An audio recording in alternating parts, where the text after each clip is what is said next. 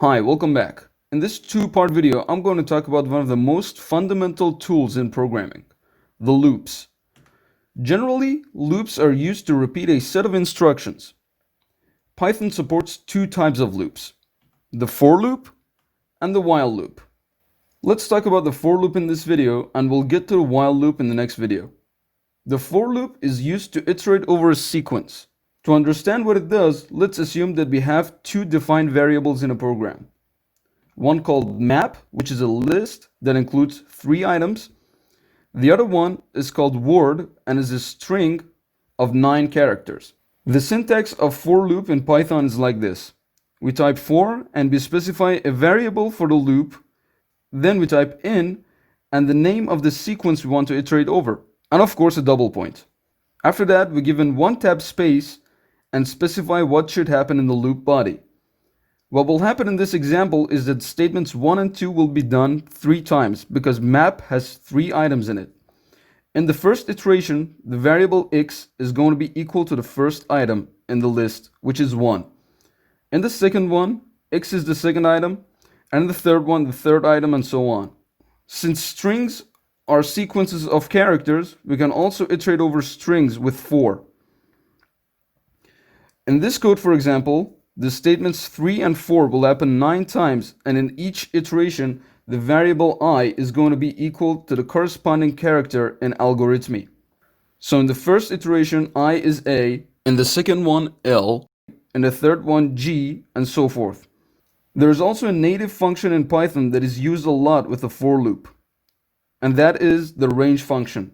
The range function gets 2 numbers as input and produces a list with all the integer numbers from number A to number B minus 1. So range of 1 and 6 is going to make a list of numbers 1 through 5.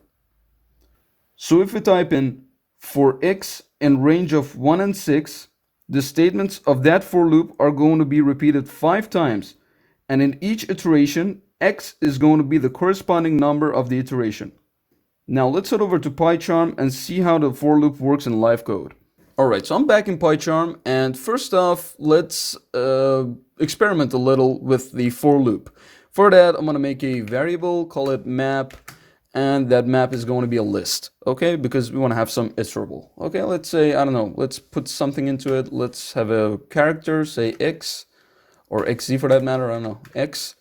And let's have a number, 2, and a decimal number, 0.68, for example. And as the last one, let's have my name as a string, okay?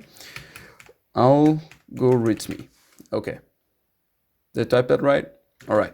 So, then let's use the for loop, okay? Let's say for I in map.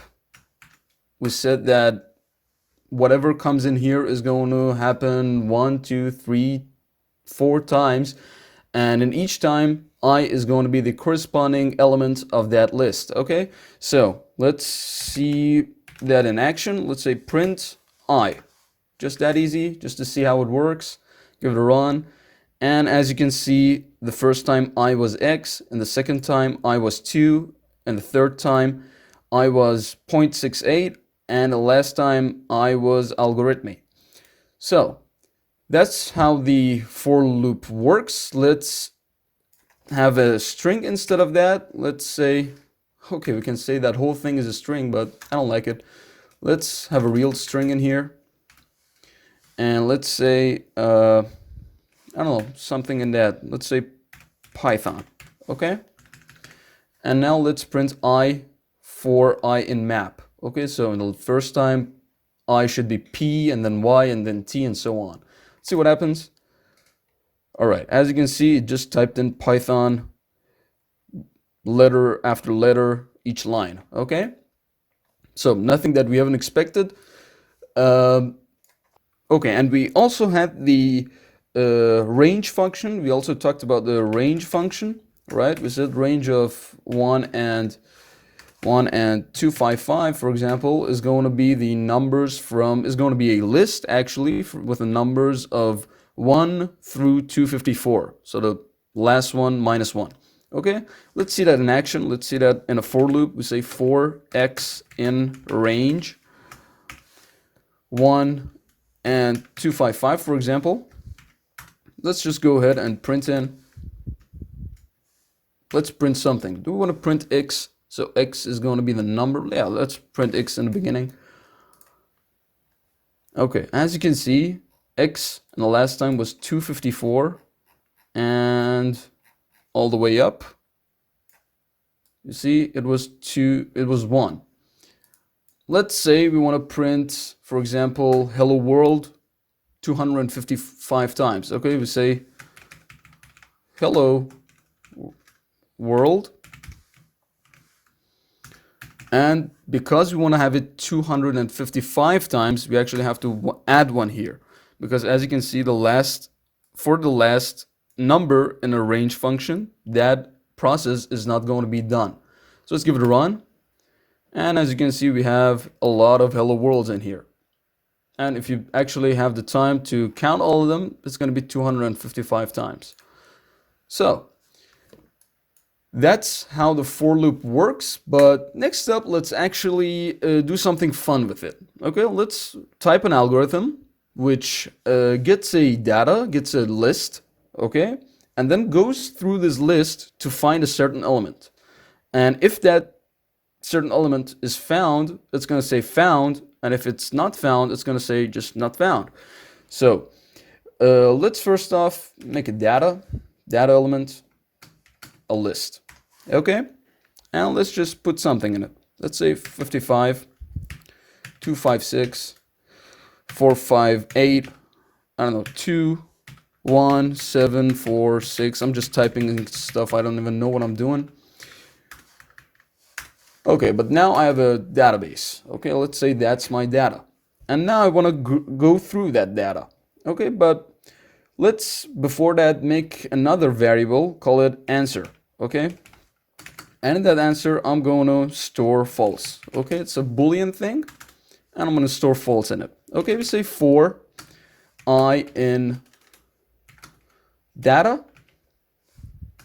We want to go through the elements in that list in data, and we want to say if that I that you're looking for, right, should be in the parentheses, if I was equal to, for example, I don't know, some number, let's say 7, for example, then make answer equal to true, right? And that's it. Okay, so it goes through the list, and if it finds 7, in this case, it's going to make answer to true. Otherwise, it's going to stay false. And in the end, let's say we want to print out the answer. Okay, or we want to print out found or not found. So let's write that too. We say if answer. So if answer is true, actually, right? If answer, we want to say found. Okay? And else, we want to print out not found. In a string, not found. Okay, so let's give it a run. And as you can see, it says found because it's 7 is actually in there. But if we check for something that is not in that list, I don't know what number is not in that list, but I think 11 isn't. So let's say 11. Okay, we're looking for 11. And it says not found because 11 was not in that list. Pretty cool, huh? So that's it for this video, and I hope you guys enjoyed it. Stay tuned for the next one, and in the next video we're going to discuss the while loop, which is the other half of the story. So hit the like button and subscribe to the channel.